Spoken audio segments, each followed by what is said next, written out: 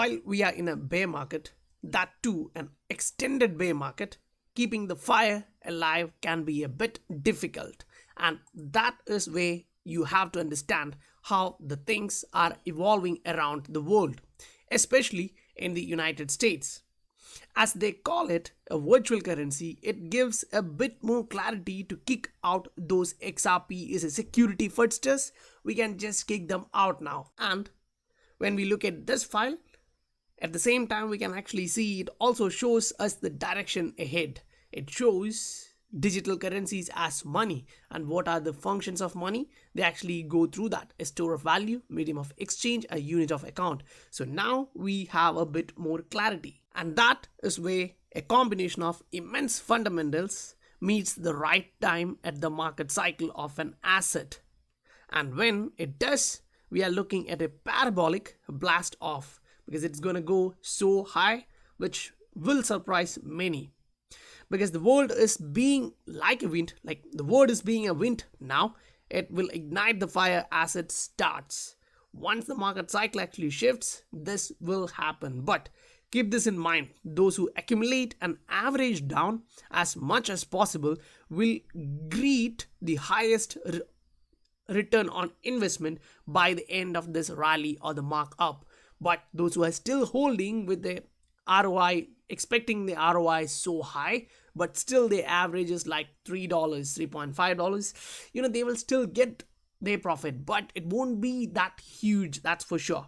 Now, yes, we are all excited about this one, but when we actually watch the date of July 21st, as they actually state, if you actually remember when they actually talk about the virtual currency and the expiration of these standards and then start of a new one from July 21st, we remember we previously have done a video in which we detailed about those.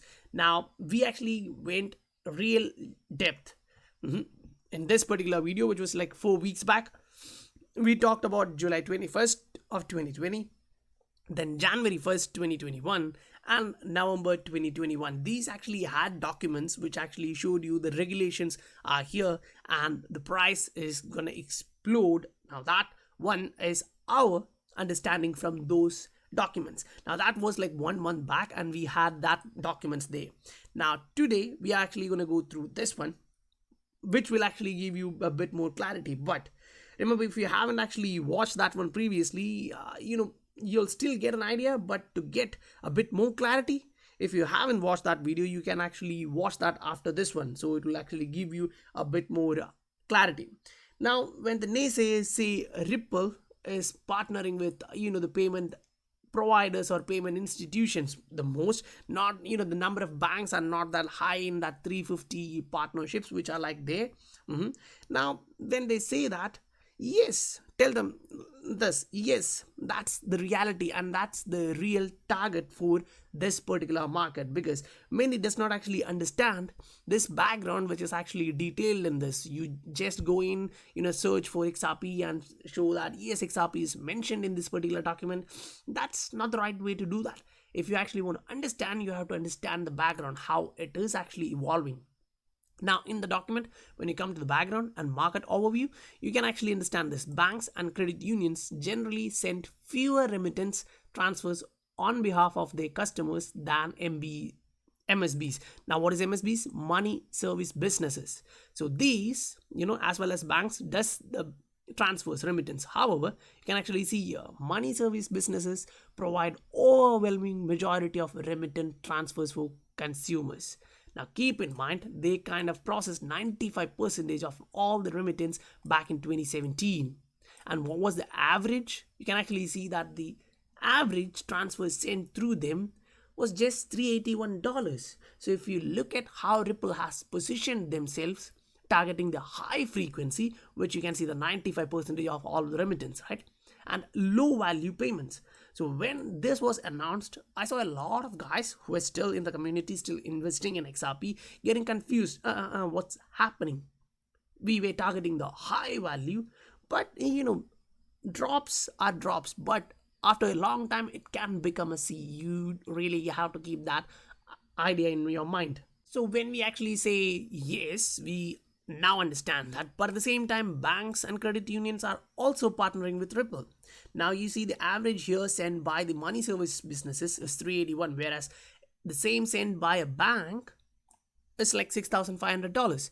So even though they process 95% here by the money service businesses, banks do like 5%, 5.5%, 4.5%. It varies year to year, but still around 5% a year they're actually processing that. Now with the new partnerships of fintechs and banks, they're actually trying to get back their share, or the fair share we can say, in the remittance market, because the digital payments is evolving in such a rapid manner.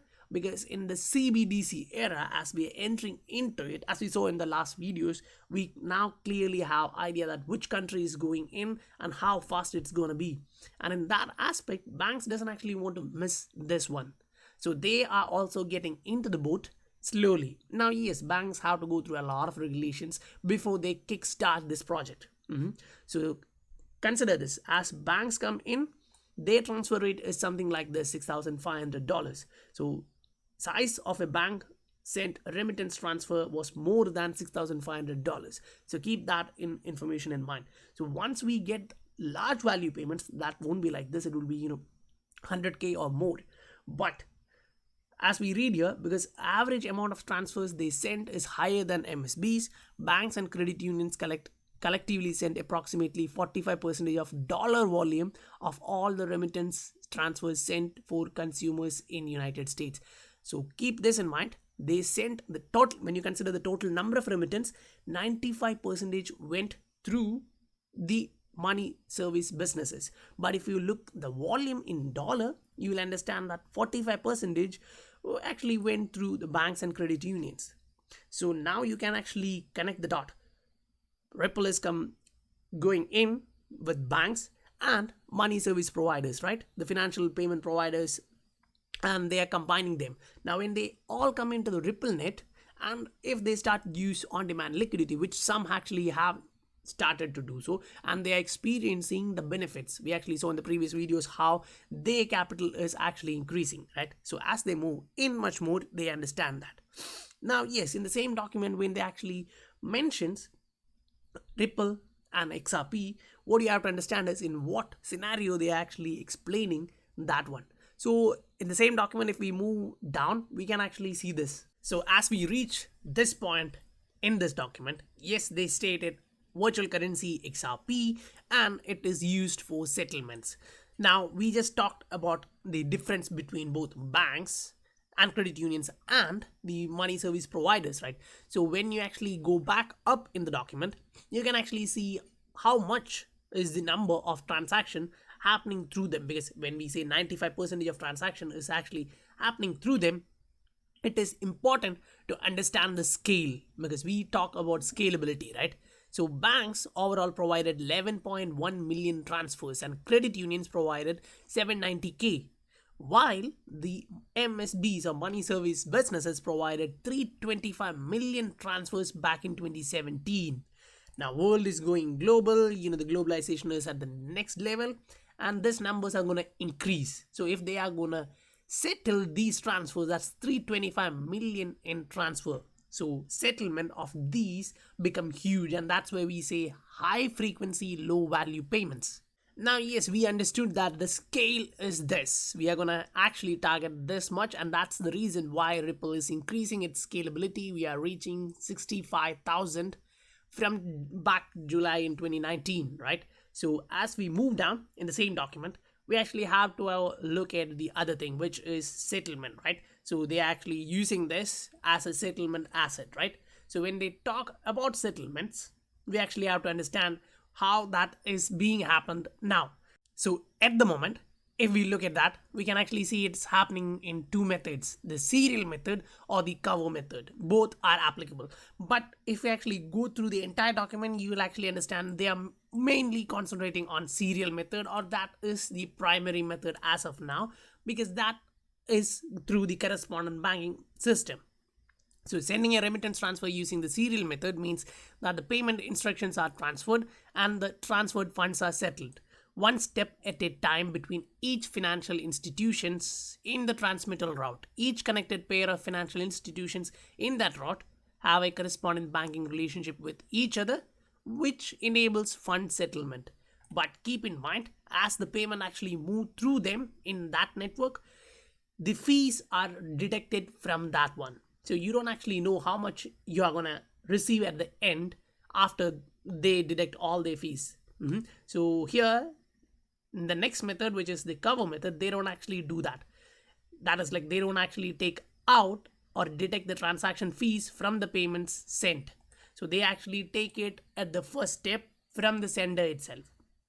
So now at the same time, we actually can, now these are in this document, if you actually go through the reference at the bottom, you have a lot more connected information which can actually enhance your overall ability to understand what's happening. So back in 2019, we saw Swift is coming up with something in which they can actually settle in seconds. Now if you don't have the background information, you'll be like, oh, Swift already has 11,000 financial institutions in their network, and if they're coming up with this, how can XRP and Ripple succeed? So the question here is, when you read the entire document, you don't actually see anything of innovation related to the second layer of payment, which is the settlement itself. We just saw first one is the messaging platform. So here in this one, which Swift is providing, is they are actually going in and partnering with the domestic payment rails for settlements. And for international one, it's still taking a lot of time. So as you go through this document and read through it, if you want to get that, you can either get it from directly from the reference list of this one, or you can directly search in the Google like this: Swift enables payments to be executed in seconds. So you just type that in Google, you will get the file. Or at the end, I'll actually put that all these documents in the further reading. You can get it in the description of this content. So when you understand this, you also have to keep in mind the settlement layer is separate. Now, what does that mean? They have to actually maintain that no-stro relationships or correspondent banking relationships and keep the funds there. So first, it is keeping a lot of dormant fund, and second, when you keep a lot of dormant fund like that, the fees applicable for that particular transfer increases. If you say you're gonna use Swift network to transfer a payment, and that kind of takes you 6 to 8% per payment, that's not gonna be something cool, because when you consider 325 million transfers, no way they are gonna actually go back to banks if they provide real time but high fees. If they can offer a cheap alternative to that of MSBs, no one is actually going to go back to the banks to do the transfer. Question is, ask yourself, you now use MoneyGram, Western Union, or some other thing, TransferWise, or depending upon where you are in this world, right? Compare that with the bank and how they offer this. Now, yes, there can be a real-time settlement. If you send it through your bank, they can actually settle, say for example, in a couple of hours or in the same day. But what will be the fees which you have to pay to get that time? If that's too much, then no one is actually gonna go into that. Because for an example, if you use SendB from Korea to send money back to India, you can actually see you have a couple of options. You can send the money on the same day, probably reach the destination account within an hour, and you only have to pay below $5 until you send, till $1,000. It's just $5 fee. So that's cheap. And if you don't want that fund immediately, then you just use the system which you won't even pay $2 for that. The money will reach the destination account after 48 hours. Still, both of these options are so cheap compared to Swift, right? And that is where this one comes in. As the word is being, like a wind, it is reaching all around. One by one, they will understand. And this is for sure. I kind of agree with this statement from David here. He actually states, those who hate XRP will be using it in the near future. That's 100% sure. Because we are seeing, we can either say this asset is being mentioned in a federal government document in the United States as virtual currency, and if you look at Japan, they are mentioning it as digital asset. So wherever the classification is on a different country, it's cool, it's okay. Let them put a different terminology there. When they use it for the purpose of payments, it is a utility token. That's how the United Kingdom is actually labeling it. But for us, it doesn't matter. As long as they are using it, the terminology which they use for the asset is not actually an issue for us, because that actually is based on the regulatory clarity of that country, which they already have in a fixed network. Now, yes, in such cases, once they are actually moving from this infrastructure to a new one, automatically they will actually have a global standard. And that's where, the ISO 20022 comes in for payments. Now, when we talk about Swift and how they are dealing this, they are also partnering with fintechs to actually come up with a better experience. Now, say if you're already familiar with TransferWise, it actually provides better service for the consumers, considering the other networks and banking networks which are commonly used for the remittance. Now, in this case, you can actually see TransferWise is actually launching something. No, it's the name for banks. So now you'll be able to actually settle in seconds with, they can actually reduce their sales. But even in this particular point, they still need that settlement mechanism, which is, the pre-funded accounts. Even if this is TransferWise, or even take a MoneyGram or Western Union, they have negative operating capital. Why? Because they have dormant funds kept all across the world, where they have, this destination accounts. They have to actually deliver the customers within seconds or hours. And in that case, they have that dormant fund there. And that's the reason why they can't reduce the fee so much. When you compare Western Union and MoneyGram in a similar corridors where they're competing, you can actually see that Western Union is dropping their fee to match MoneyGram. But in other areas, they are, looting the people, because they are reducing it in one area. They need to, somehow balance it from other corridors where, there is no much competition. So they are trying to take out the benefit from the other areas. But if you look at MoneyGram, they are reducing it all over. Wherever there is a corridor for XRP, they have reduced a lot in the fees. So this is benefiting the customer, and, the customers are gonna flock into this one. Now we are talking about 325 million transfers through MSBs. Now, if MSBs are coming into Ripple and partnering with them, the similar service can be provided. So automatically the change will be there. And we also talked about banks coming in. So previously we actually came to understand that PNC becomes first bank in United States to partner with Ripple and get onto RippleNet, getting that exposure. They understand the network effect automatically. Now that was back in 2018. Now fast forwarding to 2020, now the usage of the digital asset in Japan or in US virtual currency is being clarified, and by July 21st they are stating that we are gonna have this one. Now, when I haven't actually watched many YouTubers on this one, but I can actually say when they say this is going to happen on July 21st, you have to understand what they are stating. They are actually stating that from July 21st, when a customer comes to a bank or an MSB to do a remittance, they should be able to understand what is the cost associated with this particular execution, and what will be the what will be the amount reaching the end destination. Because currently you don't know that when you use Swift network, right? So that is what is being changed. It's not like they're directly using XRP. So don't get that hype at that particular point. But for sure, when you have to actually show a customer, say you are going into a hospital and they're directly saying, okay, you'll be here for next 14 days and we'll charge you 100K.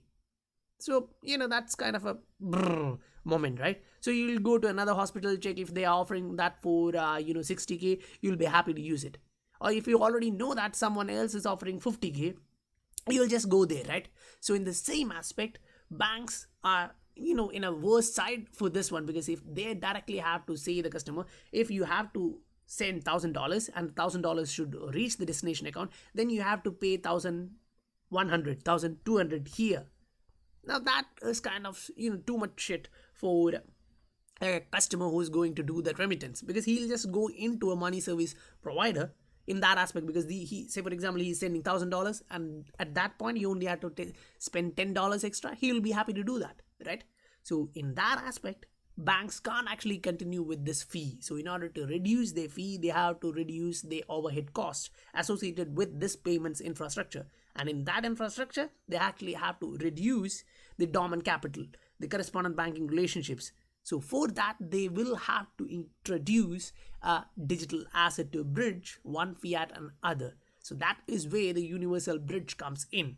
So if we actually understand that, then jump into the next one, which is polysign. Now, polysign is actually showing you that they are building a future. Now, at the bottom, they also have written this, the opportunity of a generation. And when we see the opportunity of a generation, those who are here are wise when the price is so low for this particular asset. When we see 0.177, in the morning it was like 0.1776, and I was like, this is July 4th and you are getting that price. That's cool for US viewers. That's really a happy news. But at the same time, do understand you are wise. You came in early considering this market cycle. You accumulated, cool, but this is an opportunity of a generation, and that doesn't happen in a couple of months, couple of years, right? If you've been accumulating, understand this. This is the way forward for this generation. And that doesn't mean it's gonna, that doesn't mean it's gonna make you wealthy in a couple of years. This is the next decade. This can be happening in next 2 years, next 5 years. We don't know. But if you're holding for next 5, 10, 15 years, that's for sure that this opportunity of a generation is seized and you will actually reap the benefit. That's for sure. Now, when we talk about this chart, now, yeah, I agree, majority of the viewers doesn't actually agree with technical analysis. But personally, when I saw this now is on a daily chart. If you actually jump back and look it on a monthly chart, that gives you a bit more clarity or perspective based on the price. Now you saw this candle here. We can just, in technical analysis, we can call this the mother candle here. It wicked off in this region where we wicked off previously before a bull run. Now, yes, after that we consolidated there for a long time, and that was in a bull run. Now in a bear market, we are reaching that area. We are not going back into that area. We are consolidating within that mother candle. So expect a dip near to 0.14 in the worst case, or to the upside. And if we are able to break 0.23, then for sure we may actually see another leg to the upside, traveling back to test this level around 0.49, 0.5. So to see this opportunity and to be an optimist, it's not a big deal. You just have to actually look at the positive news.